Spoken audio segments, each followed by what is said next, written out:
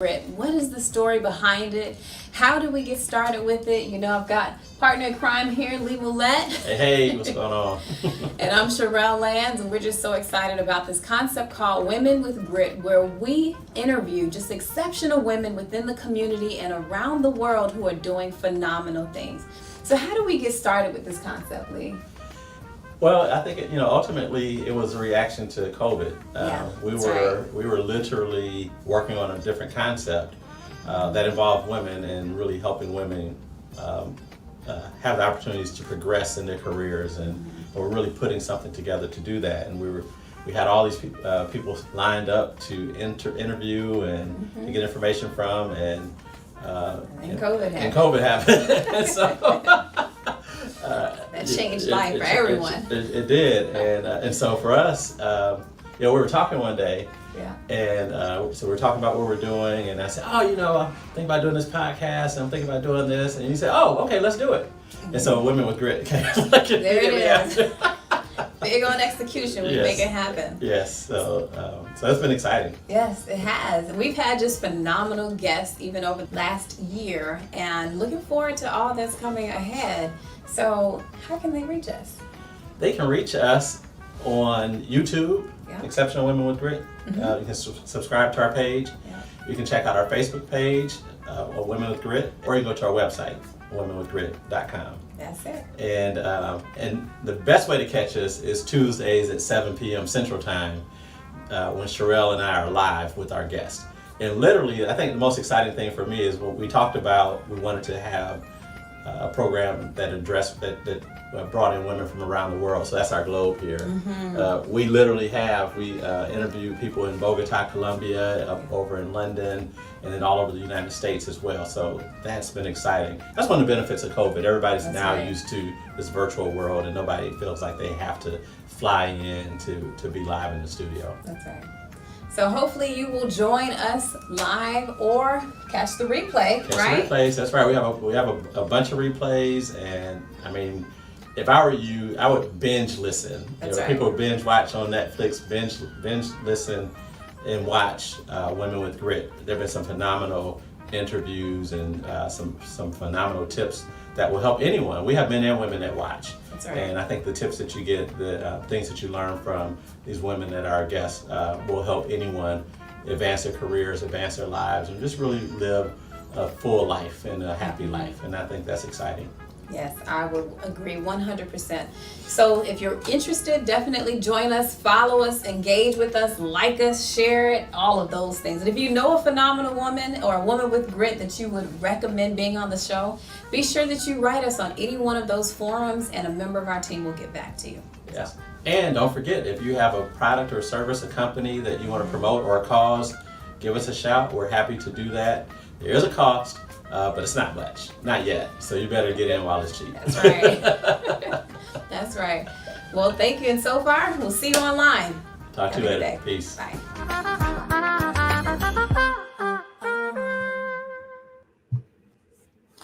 Well, good evening, everyone. Guess what time of day it is? It is time for Women with Grit. Hey, Lee. Hey, Lee. I can't hear you.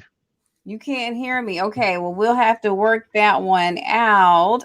You may want to check your sound. I'll send you something. Go ahead with the show, and I'll see if I can pick up some sound at some point. All right, we'll follow back up with you in just a minute. But thank you all for joining in the chat function. Listen, we love engagement. We love to make sure that we have the ability to engage with our audience, our guests that have come specifically to share their unique story of grit with you. So be sure to drop in the chat function what city or state you are joining in from. We would love to hear from you. We are so excited that you took time out of your schedule to come and join us to listen to another amazing woman. And tonight, you guys are in for a treat. We have Dr. Shanna Jackson, who is joining us, president of the Nashville Community College. Super excited to have her on this evening as well. The president of the Nashville State Community College in Tennessee. Listen, you guys are in for an amazing treat. So as you know how we do, grab your beverage of choice, grab your favorite snack, and get ready to strap in, because we are just so excited that you all are here this evening. Now, you know how we like to do it. You'll see Lee's in motion and rolling or whatnot. So we'll make sure that we bring him in a little bit later as well, but we will not stop the party to continue moving forward. So as you guys know how we like to do, we want to make sure that we take a minute to thank all of our sponsors for their contributions. It's because of them that makes this show possible. So again, if you also have any products or services and that you would like to also sponsor, be sure to reach out to us at www.womenwithgrit.com, and we will definitely get back in contact with you. So we would love to thank Lisa at MJC Insurance, and she can be reached at 615-873-1988, or she can be reached at Lisa at MJCins.com, where they will shop over 30 companies to get you the right homeowners, auto, as well as workers' comp. We also like to thank Lauren at Moulette Investment Services for all of your benefit planning needs, 401k, disability, medical, as well as dental. Listen, this is not the time to be caught without it, so you want to make sure that you get in contact with Lauren, and she can be reached at 615-627-0968 or Lauren at MouletteInvestmentServices.com. And then also there's Terrell Perry. And Terrell is also at Moulette Investment Services for all of your wealth planning, life insurance, long-term care needs. He can be reached at 615-627-0968. And listen, I'm so excited about all that we're doing with Vision Strategy Management, continuing to expand in so many different locations. We've got offices in Nashville, Tennessee, and also in Atlanta, Georgia. But if you're not located in either two, we will still service you. And check us out at www.visionstrategymanagement.com. All right. Well, listen, I don't want to belabor it because you guys didn't come to hear from me, right? We came to hear just the unique story of grit from Dr. Shanna Jackson. So I'm going to just tell you a little bit about Dr. Jackson, and then we're going to bring her up, engage with her. And again, you know how we like to do. Be sure to engage with us in the chat function. We want to hear from you. We want to be sure to answer any and all questions that you may have along the way. Okay? All right. So Dr. Shanna Jackson began serving as the president of the Nashville State Community College on January 1st of 2018. And Nashville State is a 6-campus comprehensive community college that serves a 7-county service region. Dr. Jackson began her career in manufacturing. An opportunity to teach business courses part-time started the path to a career in higher education that spans for more than 20 years. Dr. Jackson brings to the position extensive administration, teaching, workforce, and community development experience, which includes leadership positions with Columbia State Community College, Volunteer State, and the Nashville Area Chamber of Commerce, Alignment Nashville, Second Harvest Bank of Middle Tennessee, the Urban League of Middle Tennessee, Memorial Foundation, and the American Association for Women in Community Colleges. She is a member of Delta Sigma Theta Sorority Incorporated, the International Women's Forum, the Nashville's Agenda, and Women in Higher Education in Tennessee, where she is the presidential advisor. Dr. Jackson is a 2-time Aspen Institute College Excellence Presidential Fellow. Currently, she is the inaugural New President's Fellowship and completing the Aspiring President's Fellowship in 2019. She has earned her Bachelor's in Science in Administration and an MBA, from FAMU or Florida A&M University, and her ED in Administration and Supervision from Tennessee State University. But better served, let's bring to the stage at this time, Dr. Jackson. Hi, Dr. Jackson. How are you? I'm doing well. How are you? Doing fantastic. Oh, my goodness. Such an accomplished woman. So thank you so much for your time this evening. We're so excited to hear so much from you. Well, thank you for the invitation and thinking of me. Absolutely, absolutely. So we're going to jump right into it. And Lee will join us a little bit later, but we will continue to keep the party going and he will come on board whenever he gets situated. But tell us your unique story of grit. So every guest that we bring on stage has an amazing and an inspiring story to share. And obviously, you are definitely no different. So tell us a little bit more about you and your story of grit. Absolutely. It really starts at the beginning. I was very fortunate to grow up in a two-parent home, and both of my parents were college educated. And as a child, you don't really understand that that means something. The older I get, the more I realize the stability I had at home and what they poured into me really helped me to have this grit about myself. And so my dad was the very first in his family to go to college, and his education meant everything to him. And my mother was the one who taught me how to dream. So I grew up in Columbus, Ohio, believing I could be anything, that I could do anything if I worked hard and I trusted God. I always knew that continuing my education beyond high school was what I needed to do to be successful. And I didn't have a choice. I had to go to an HBCU. That was understood at an early age, and it was a wonderful experience for me. And so as a little girl, I actually wanted to be the first Black female president of the United States Oh, that's awesome. and believed I could do that. And so after my junior year, and I had an opportunity to work with a state legislator, I realized I didn't want to do that. Politics was not something I wanted to do. And so I went and pursued a business degree and an MBA and wanted to be a CEO or president of a Fortune 500 company. Mm. And I actually moved to Tennessee in the early 90s to work for the Pillsbury Company. At the time, I had started in corporate. You needed to come to a plant. And I met this guy that I have been married to. It'll be 25 years next month. Wow. That was like a chance opportunity when I moved with him to Knoxville to teach part-time. I thought it was temporary, just something to do. And it changed my whole life. It was really one of those life-defining moments. And so I realized how education really is a difference maker.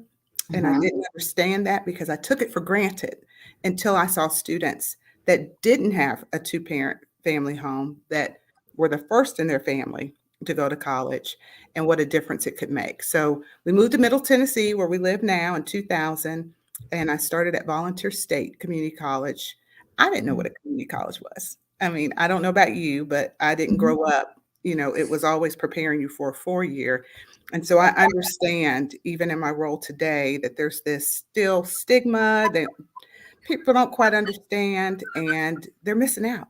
They're missing out on an amazing opportunity, especially in Tennessee when you have the Tennessee Promise and Tennessee Reconnect. But anyway, around 2003, I decided I wanted to be a community college president. And so I went back to school. My son was 2, my daughter was 5. It was really, really hard. But Yeah. again, I just persevered. I knew that to accomplish what I wanted to do professionally, that I needed to get that additional education. And so from there, doors opened, and I was able to stay in the home that I lived in, but moved on to Columbia State and then came to Nashville State in 2018. So, it was just really a matter for me of not if, it was when. And so Right. I just had that belief that this was a role that I could do well. The reason why I wanted to be a president is because you really get to set the vision and the direction. And I saw that students had needs. And in my role, I can now allocate resources appropriately so that we can serve the students that deserve more than we have been giving them. Love that. I definitely love that. Now, you hit on something, actually, a couple of things that I wanted to bring back up to you. One, which was just the passion that you have about attending an HBCU. So, I want to put the kickstand down there so you can share with even our audience about just for you what a difference it made for you to attend an HBCU, and if it influenced at any point, excuse me, the way that you operate as a president now. It definitely did. Now, I was a part of the School of Business and Industry, and I know you went to Florida State, that other school in Tallahassee. I I did. went to real school in Tallahassee. But the engineering school, by the time you got to Right, the, it was. we'll give you some family credit. But they really, every single semester, we had what we called professional development. Mhm. And it really was to help African American students understand that there was this whole world on a golf course, on a Yeah. tennis course, at lunch, at dinner. And so we learned how to work in those environments and put ourselves in the position of going to people instead of waiting for them to come to us. And so I very much feel like my experience at Florida A&M and HBCUs in general gives you that self-confidence. Like I already had that from my family, but it was Mhm. solidified because I was around all these talented, amazing, sharp people that Mhm. knew they were going to be doing something when they left there. And so it motivated you to want to be your best and to do your best. I think that that is so phenomenal as well. I attended while I didn't attend FAMU. Did you go But to I the will, football games? Did you go to the of football games? course, I Okay. went to every single game, but I'll be honest, I went for the band Of now. course, of course. I don't think You people understand at HBCUs, the game is Mhm. okay, but Yeah, nobody leaves at halftime. You everyone comes stay for and halftime. you watch the show, and Yeah, then the third quarter, that's when it's just ghost town. time to go. All Now, I'm right. saying because I'm a big football fan, Yeah. but yes. I am definitely with you there. Now tell me, so you not managed to, but you thrive through getting your PhD while raising two young children. How were you able to do that? A 2-year-old and a 5-year-old while working on your dissertation? It was hard, and it was an EDD, but I really, really knew that in order for me to accomplish what I needed, and I have to back up, one of the things that I would encourage anyone listening, no matter where they are on their career journey, is that lots of people want mentors, Mm-hmm. but what you really want is a sponsor. That's right. And so sponsors are the people that can open doors for you and make things happen. And so around that time that I decided I wanted to be a college president, there was a new president at Volunteer State.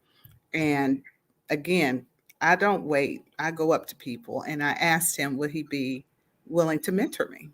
And I'm several layers down. I'm a coordinator at this point in time. And he agreed to. And so we just started talking about what did I need to have to become a president. And one of the exercises he gave me to do was to look at job descriptions and literally list out most of the minimum requirements that I saw over and over again, and then compare them to my own. And one of the things was a terminal degree. And so it was something at the time that was really required, expected. Yeah. And I knew that I needed to figure out how to do this. So first, I have a wonderful, supportive husband who was all in with me and a good support system all around me. But it was not easy. There's no sugarcoating it. I mean, Yeah. it was a pretty stressful time, but I managed to do it and had a 4.0. I had never had a 4.0 in my life. I had a 4.0. Wow. Earned all A's every semester and was able to do it in 3 years from coursework to dissertation. And so it was just determination. It was sheer grit because I was going to Yeah. do it. I had a timetable in my head that by the time my son was ready to go to kindergarten, I needed to be finished Mhm. because I needed to be there for my kids as well. Right. And sometimes it's that extra added pressure that helps us become really laser focused in Yes. what, we need to do and accomplish. So I love the fact that you said that. One of the things that you have mentioned that our prior guests have been on as well, and I see Dr. Laquita as well, who's here. So thank you for joining, and Sharonda. And I'll put up some of these comments because they are loving on you as well. But Well, one of Dr. the Scribbling is amazing. So if she's a part of this, then I know it is top notch. I yes, think she's been a guest before, perhaps. she has. Yes, absolutely.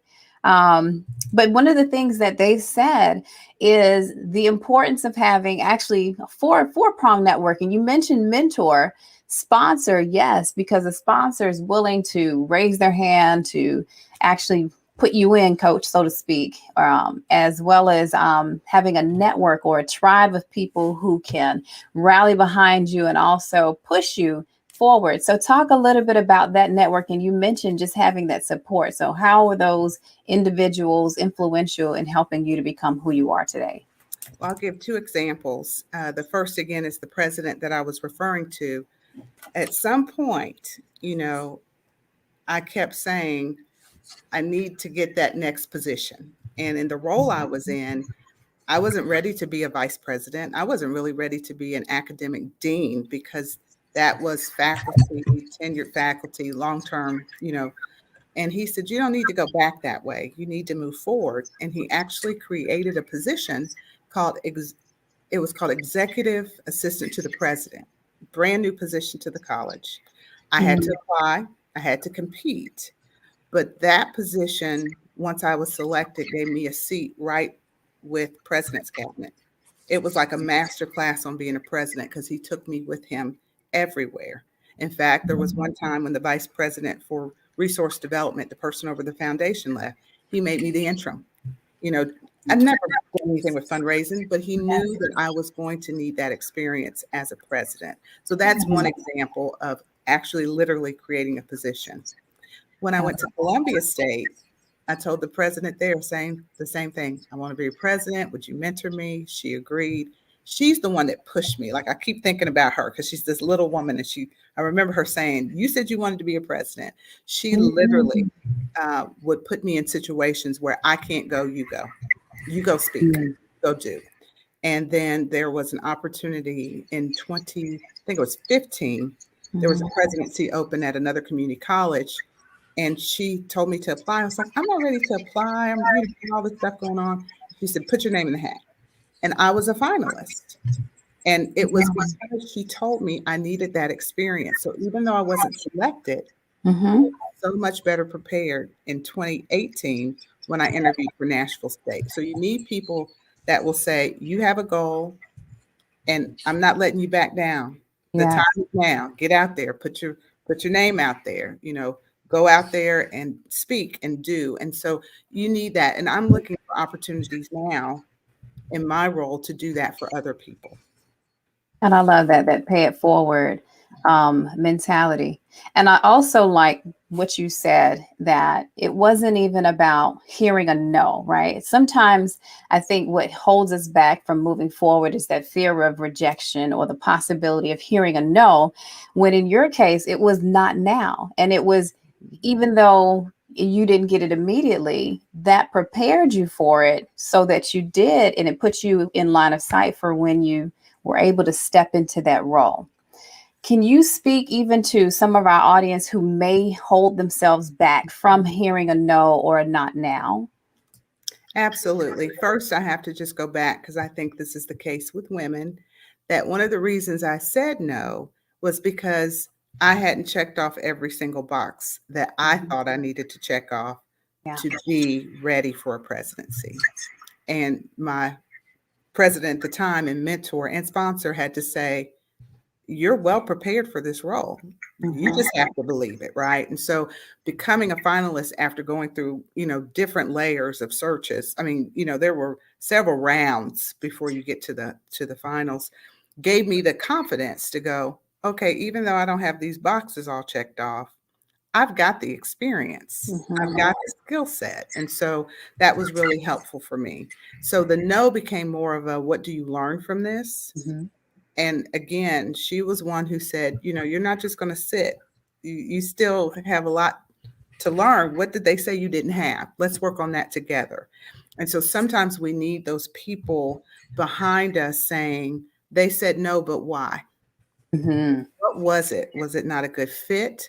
Because Mm-hmm. in some cases, you really have to think about fit. You know, is this the right position for me at this time? It's not that you're not qualified. It's not that you don't have good experience, but you've got to find the right fit. And so Nashville State for me was the perfect fit. I feel like this Yeah. is exactly where I'm supposed to be. But I would encourage people, you know, sometimes you shoot beyond your target, right? And so you have to Mm-hmm. somebody give you that reality check of, well, now let's see, do you meet several of the minimum qualifications, not just one? Right. You got to do that kind of check with one another. But women, you do not have to hit every single note on the page, every bullet point. When you know you're ready, and you know you're ready, go for it. I love that. And especially the fact that you have been an advocate for yourself. You recognize, hey, I need a sponsor. And you took the initiative to ask for a sponsor, or took the initiative to ask for a mentor instead of waiting for someone to come to you.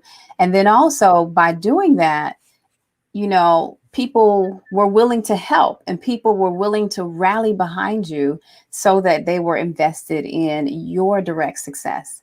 So tell us a little bit about some of those people, those cheerleaders, or those that you've held close to heart that have really pushed you along the way. Again, I mean, the two probably on the professional side are the former president of Volunteer State and the current president of Columbia State. I really cannot overstate how their support and mentoring and opportunities that they provided have done so much for me. Now, on the personal side, because you always have to have those personal people in your life. I mean, my mother is absolutely the strongest person that I know.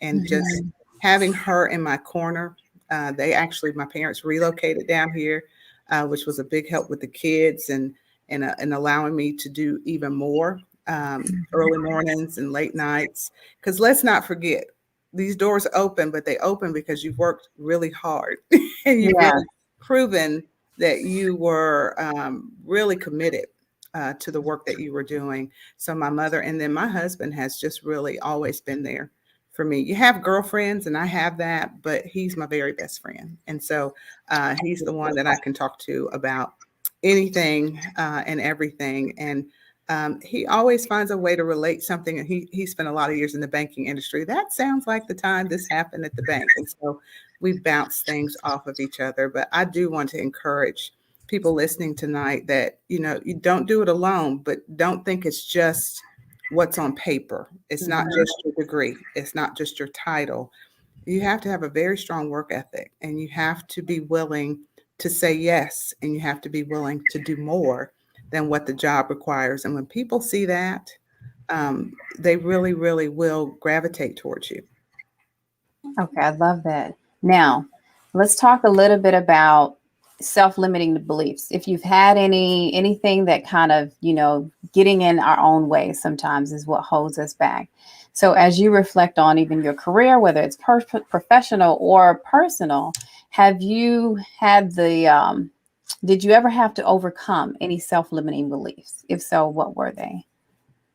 Really, again, it was the presidency. Believe it or not, I had never held the title vice president before I became a president. I was the associate vice president when I interviewed for Nashville State. And so, again, some of those things about, well, they're not going to select me because I haven't had this experience. The first finalist, when I told you there was another college that I had been a finalist for, my title was dean. I was like, they're not going to consider me. My title is dean. But it was the body of work that they were interested in, not Yeah. necessarily the title.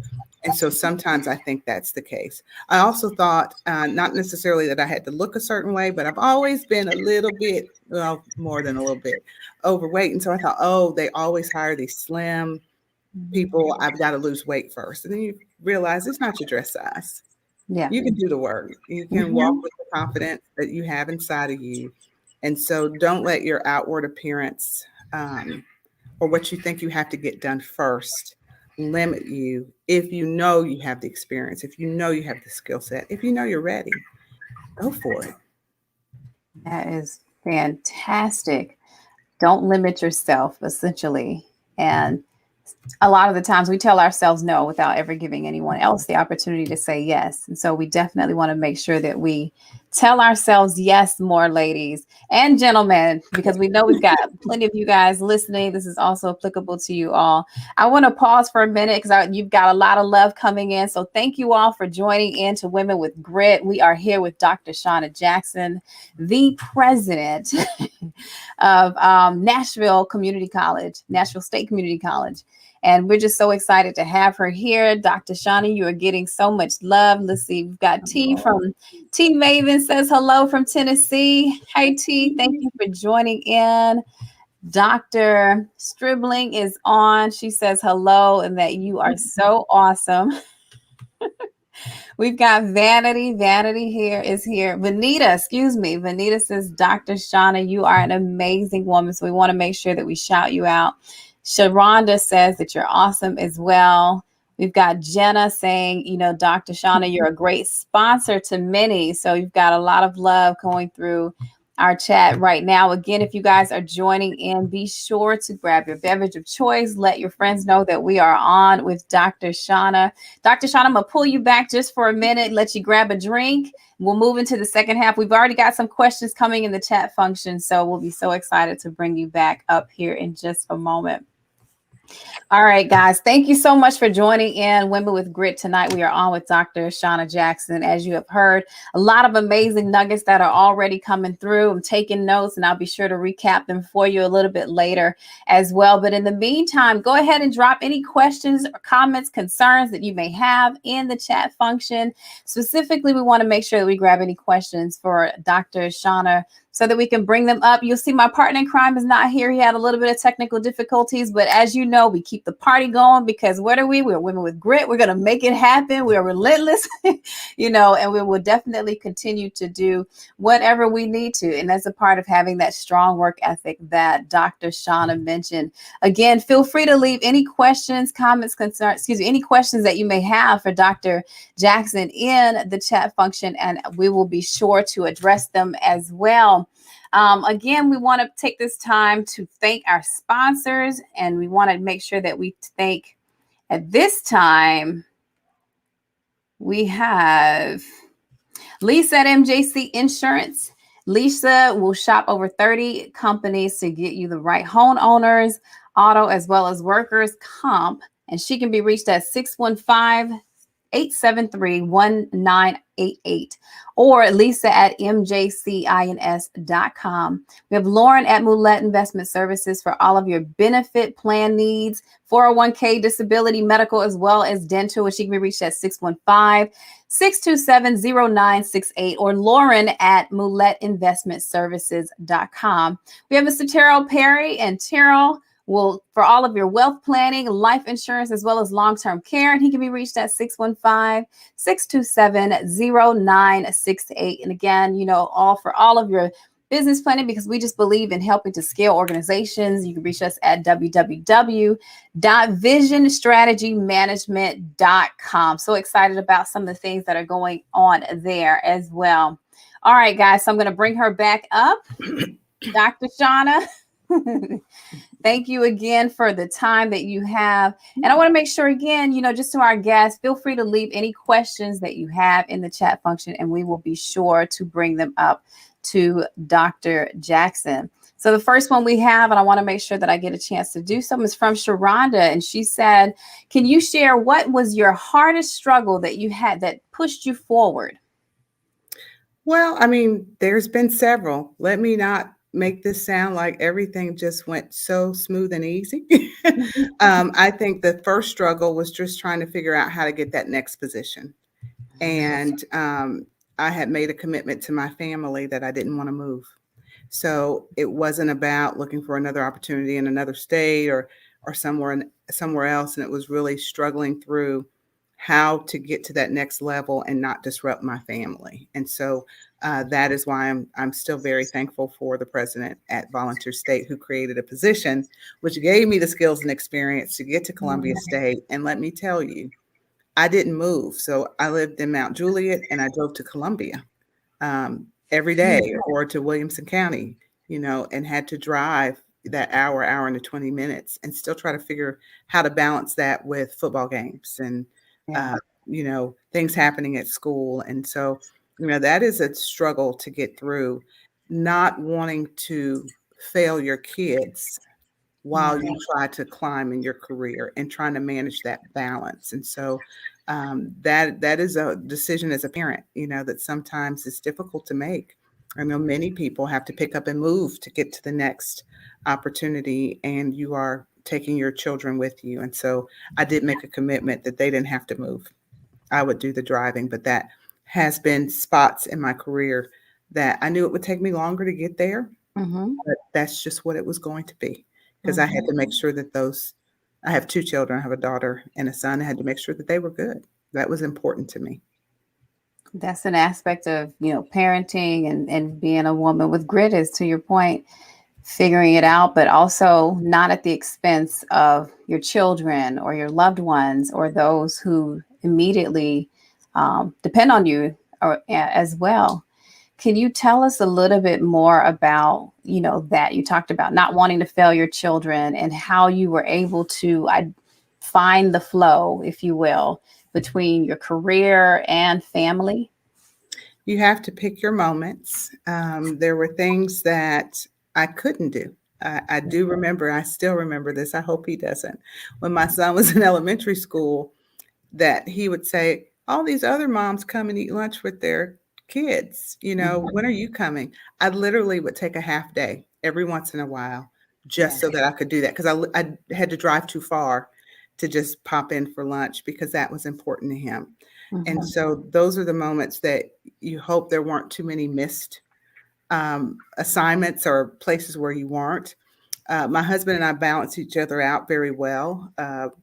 Partway through my coursework, he decided that he wanted to work for himself. So that gave us some flexibility, where before, if the kids woke up sick, I'd have to stay home. He was able to do that. So that really helped free up my ability to say yes to things, serving on a board, coming in early, staying late, but always making sure that my kids knew they were my highest priority. So just working out that balance. You have to have the support system, because you are only one person.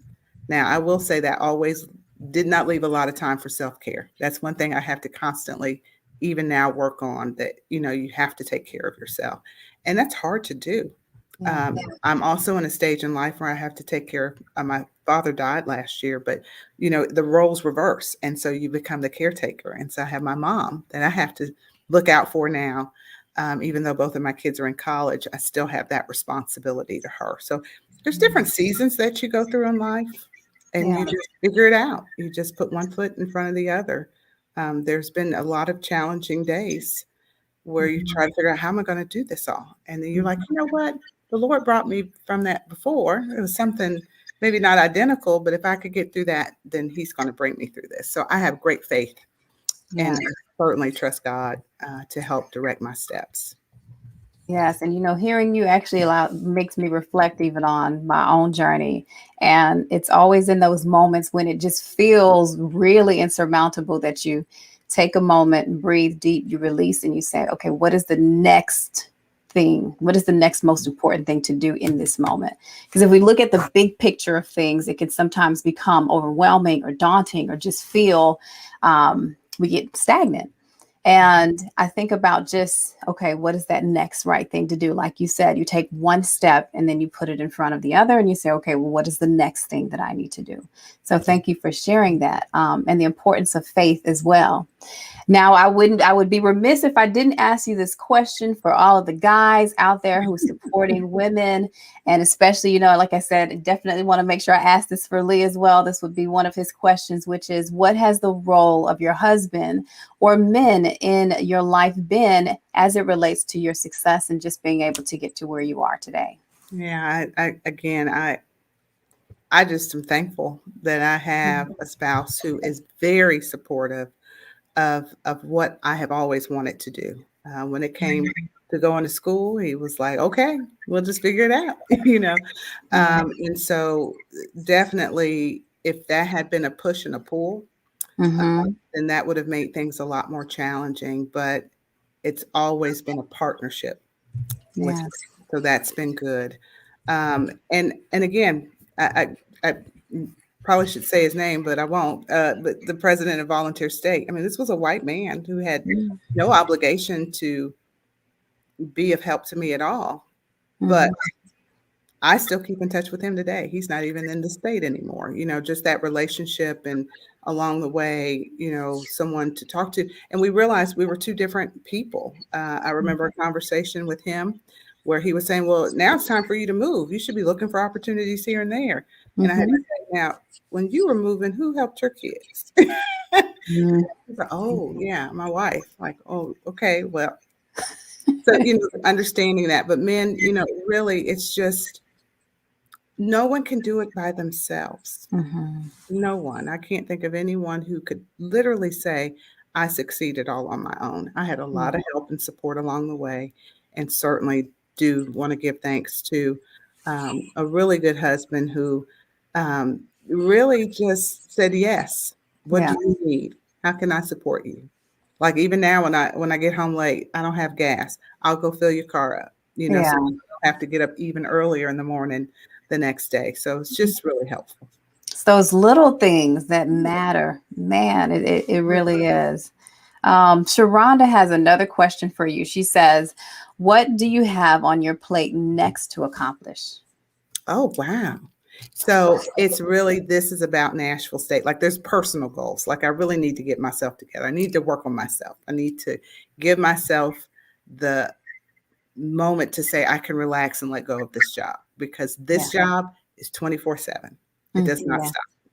And so you're carrying this great weight of an institution, of the people, of the students, of what Nashville State can be. And so we just internally released our Vision 2030, a student-ready college plan. And so my goal is to accomplish what we are setting out to do for students. And that really means building holistic supports so that every student can succeed. We actually have this equity gap between our Black and white students, 16 points. It's not acceptable to me. Wow. Our Black males, they're not performing well, and that's nationally, but not at Nashville State. So not on my watch. We are going to build supports for students. We are going to make sure that we have the right programs to meet the needs of the workforce, not just existing, but emerging.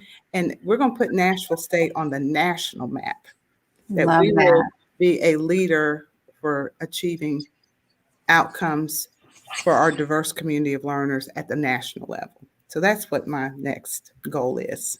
That is fantastic. Oh my goodness.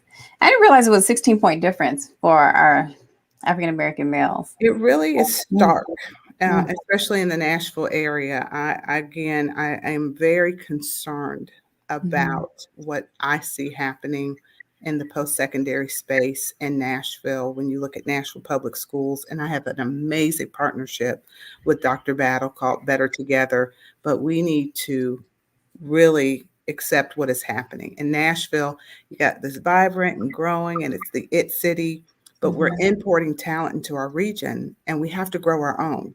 And that's what the local community college does. We grow our own talent. And so we need to be in partnership with the community to do so. And we just recently announced an early college, a brand new early college at Whites Creek High School. PNC Bank gave the College Foundation $306,000 to fund a 4-year early college. And so it's going to be those types of unique partnerships where it's not just give me money. They're going to actually mentor. They're going to help with financial education and literacy, and really building in summer support. So I hope my next accomplishment is about the college and what Nashville State is doing to help grow our own talent in the region. And I love that the pipeline build from, the roots, if you will, all the way through. It makes a difference, going back to what you said in terms of sponsorship and even mentoring and being able to really help people excel in Nashville. Okay, Dr. Stribling has a question for you. So I'm going to pull this up here for you, and then I'll go ahead and read it. So she says, Dr. Shanna Harper Jackson. You've made some amazing connections and partnerships in your short tenure at NSCC, with the Metro government, with Dr. Battle, the public school system, with Tractor Supply, to name a few. She says, I suppose that speaks to your learnings around making the first step and not waiting for someone to come to you. I applaud you for your hard work. What are some of the things individuals and community leaders can do to help support your work and the vision that you have for NDC? Well, thank you, Dr. Stribling, for that question. I do have to fully disclose she's on our college foundation board, so I appreciate her question. Our students are some of the hardest to serve students, and so we need support with resources. Just 2 weeks ago, I ran into two Black female students in the hallway, and I say, hey, how are you doing? Because I speak to people, of course. We're getting ready to drop out. What? No, come to my office. And so I was late for a meeting because they were more important in that meeting, and I wanted to talk to those two ladies. And they were from Maplewood High School, had just graduated. And one young lady had 2 children, and the father of the children was moving out of state. So she had no childcare. This is in the middle of a semester. Wow. This is the reality of the students we serve. And so we need to have supports for the holistic services that our students need, whether it's childcare, transportation, help with textbook assistance. A lot of our adults come back, they still have balances. So that's the financial aspect. But I really would like to see the community and our business and industry partners really take some time to invest in mentoring our students. I have found many of them, especially the traditional age students just out of high school, really have no clue what these high wage, high demand jobs are or how to get them. You think about it, there's this thing called social capital that these students that grow up at 37208 don't have access to. And so we need resources. We certainly need your time, your talent, your treasures at Nashville State, but also a real commitment to addressing the systemic issues that exist. I mean, there are some inequities in our system that are really by design. There's a great video by National Public Education Foundation called By Design that we're getting the outcomes for which the system was designed. But you would like to support Nashville State, you can call me directly, email me, or you can go to the College Foundation and get connected because we need your help. We need boots on the ground help, and we do need monetary support. Thank you for that. And while you're on that, how can our viewers get in contact with you? And if you could leave us with some of your information, I'll make sure that we put it in the chat function for them. Absolutely. The best way is email shanna.jackson@nscc.edu. So shanna.jackson@nscc.edu. And I want to invite anybody, please email me. We'll get connected. I always try to make time because people make time for me. One thing I do want to say is more of a putting a plug out there that I get to mentor men and women who often come with no clear direction. And so that's foreign to me. You know, I wanted to be a president, then I wanted to be a CEO, then I wanted to be a community college president. And so that's not for mentors to solve for you. You know, you have to have some sense of what it is that you want to do. And so when you really don't know, that's time that you have to spend with yourself. Do career exploration, talk to people that are doing jobs you may be interested in. And I really encourage people to do their research. And you may have found that to be true too. You know, well, you mentioned me. Okay, well, what are you interested in? I really don't know. And so you're like, okay. I definitely want to also share that, you know, you got to let the work motivate you, not the money. Some people just feel like, well, I've gotten an advanced degree, so I ought to be making more money, or I ought to have a different title by now. And I personally didn't let that drive me. I wanted to be a community college president. I didn't take a traditional academic track, and it was okay. It was building the skills and the experiences that I needed. and really being committed to the field of higher education and being a good community partner and really building something. We're building something at Mhm. Nashville State. We're in this midst of transformation. We're transforming culture to focus on our students. And I love this work. I love what I do. And so I really encourage man or woman that you think about what it is you love to do and then do it very well. And good things will happen. That is fantastic. Oh my goodness. Well, I want to give you guys again, if you have any questions to ask Dr. Jackson, please feel free to leave them in the chat function. Now, I have a question for you, Dr. Jackson. When it comes to being successful, what are 3 attributes that you could leave our viewers with in terms of being successful in their careers or in their life in general? The first is dream big, dream bold. Don't limit. Don't set a goal that you can reach. You need to set stretch goals. I wanted to be a community college president. I was the coordinator of off-campus sites, but I believed I could do it, and I kept working on that goal. So dream big, be bold. Again, I will definitely say mentors are great, but sponsors are better. you know, get you a good mentor. They won't just automatically become a sponsor. That is where you have to demonstrate your commitment to the relationship with the person and also your commitment to whatever work or field you're in. And then again, the last thing I will say is let the work motivate you, not the money, not the title, but be focused on the work. Because if you're really good at what you do, and that you can add and contribute and add value to the organization or to the next organization, people will see that there's something different. And then the last thing I will say, and I said it before in a different way, but success doesn't always come to you. You have to go to it. You have to walk up to success. You have to go and say, this door needs to open. And if it stays closed, it wasn't meant for you, but keep going. But if you're waiting for someone to pick you out of the crowd, then you may be waiting a long time. A lot of people have trouble networking. I will walk into a room of strangers and I will just start introducing myself because that's who I am. And if I'm waiting for them to notice, oh, there's a new person in the room, I could be waiting forever. So go to success, walk up to it, and arm yourself with people who aren't going to always agree with you, but that will push you and encourage you all at the same time. That is fantastic. Okay, one last, and then we'll wrap this up. This has definitely been so great, Dr. Jackson. It is so phenomenal to have you here and just to even reap some of the expertise that you have throughout the year, that you have, gained throughout the years in your experience. So thank you again. The last question that I wanted to ask you was if you had the ears of all of the industry leaders around the world, what message would you want to send them in this time?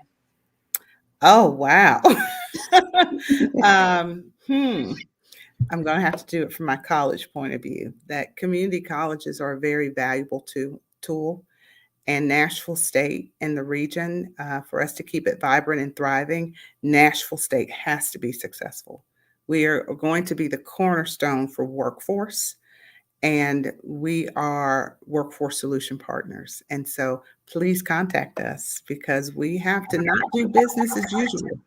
We're going to need to think through and do some very unique partnerships to change the trajectory of what we are seeing with our not just traditional students, but adults in Nashville. If we want deep prosperity, it's going to be through partnerships. Thank you so much for that. And before we wrap, I definitely again want to thank you for your time, for taking time out of your busy schedule to make sure that you connected even with our audience. We've got a lot of those who are coming in and simply saying thank you. They are praising you just for the sponsor that you have been for them. So I definitely encourage you to take a look at those notes as well. Do you have any parting thoughts or words that you would like to leave with our audience? I want to thank you. I hope that individuals know that being president is not about me. It's absolutely not. I do believe that the Lord had a plan for me to be here and that I'm just here to make sure that we are doing the work that the college is supposed to do. And I really am so appreciative of all the many blessings I've had over my life and the people that have supported me. I really, really want to give back. I really, really want to be of help to other men and women, not just in higher ed, but just in general. If I can be of service or use, please contact me. Would love to get to know you and see how we can partner. But thank you for this amazing opportunity to be on this wonderful show. I do feel very honored that you reached out and asked me to be a part of it. We thank you, and thank you again for your expertise. Thank you for sharing your amazing and inspiring story of grit. So we thank you for that. So some of the key things and key notes, just so for you all who are joining in, if you are just now tuning in, this is one that you definitely want to go back and listen, catch the replay. You can catch us on YouTube, Facebook. You can go to our website, www.womenwithgrit.com. We are on today with Dr. Shanna Jackson. And listen, you guys, you definitely want to go back and capture it from the beginning. But some of the key notes that I captured was, one, have self-confidence. You have to believe in yourself, believe in your own, believe in your vision, believe in what is inside of you, and become okay with making the ask, being able to go out and ask people for sponsorships to actually sign up behind you, because sponsors are the people who are going to help open the doors, just as Dr. Jackson mentioned, for those who have done it for her. Number two, take the initiative and be comfortable speaking up for yourself. Have a good support system, because we can't do it alone. No one, in life can truly be successful, really, really attain true success by doing it just by yourself. So make sure that you have a strong support system in place. Recognize that sometimes hearing the word no just simply means not now, or recognizing that when there's a no, being comfortable asking why, so that you can dig deeper and know how to come back around the next time around, or to be able to learn from it. Asking why, and then sometimes, like she mentioned, it's not always about having it being the right fit. Having a strong work ethic. So not only just being able to get in the door, but the work ethic will help you stay there, or help you to continue to grow. Don't put limits on yourself. Continue to just see yourself as limitless, and go ahead and shoot beyond the goals that you have. Pick your moments. Sometimes it's not always about being able to accomplish everything at one time, but then just taking it one step at a time, one bite at a time, one day at a time, one breath at a time, if you must. Take care of yourself. And, that's a big one for us ladies. Sometimes we get caught in the world of everything else and everyone else, that we sometimes put ourselves on the back burner. But we want to remind you to take care of yourself. The leading cause of death for women is heart disease, and that's not often attributed to what we eat. It is how we treat ourselves. It's stress. Have great faith, right? And sometimes when it comes to moving mountains, not only are you not doing it by yourself, but what do you believe? And being able to dig into that belief.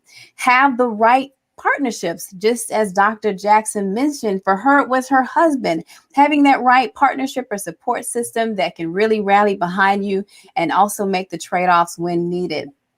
Mentoring, she said, dream big and dream bold. So don't limit yourself, making sure that you give yourself the permission to fly and fly high. Mentors are great, but sponsors are better. Get someone who's willing to champion your success by putting their name on it, or putting their name behind you, and let the work motivate you, not just the money, right? Making sure that the work is meaningful, and that it exists in such a way that helps propel you forward. Success doesn't always come to you. Go get it. Being able to get out of our comfort zone, dig deep, and go and make the strong ask. It's really just about getting beyond, ourselves. Take charge. And lastly, arm yourself with people who may not always agree with you, but love you enough to tell you the truth. Wow, this has definitely been such an amazing time with you, Dr. Jackson. Thank you so much for your wisdom, your expertise. And we're just so grateful and grateful grateful, excuse me if I can talk today, to have you on our stage today. So thank you so much for your time. Okay, so at this time, if there isn't anything else, guys, listen, we thank you for joining in to another episode of Women with Grit. Again, we had Dr. Shanna Jackson on our stage this evening. If you would like to get in contact with her, be sure to reach out to her in email at Shanna, SHANNA.Jackson@nscc.edu, and be sure to check in with her as well. Again, we will see you next week at the same time in the same place with another amazing woman with grit. If this story inspired you, feel free to leave some comments for us. You know, our guests definitely love to hear from you. And if you have any feedback for us, if you know an amazing or inspiring woman of grit that you would recommend to the show, again, be sure to reach out to us at www.womenwithgrit.com, or you can feel free to reach us on any one of our platforms. So without further ado, have a wonderful night. Again, thank you, Dr. Shanna, and we'll see you next week. Take care.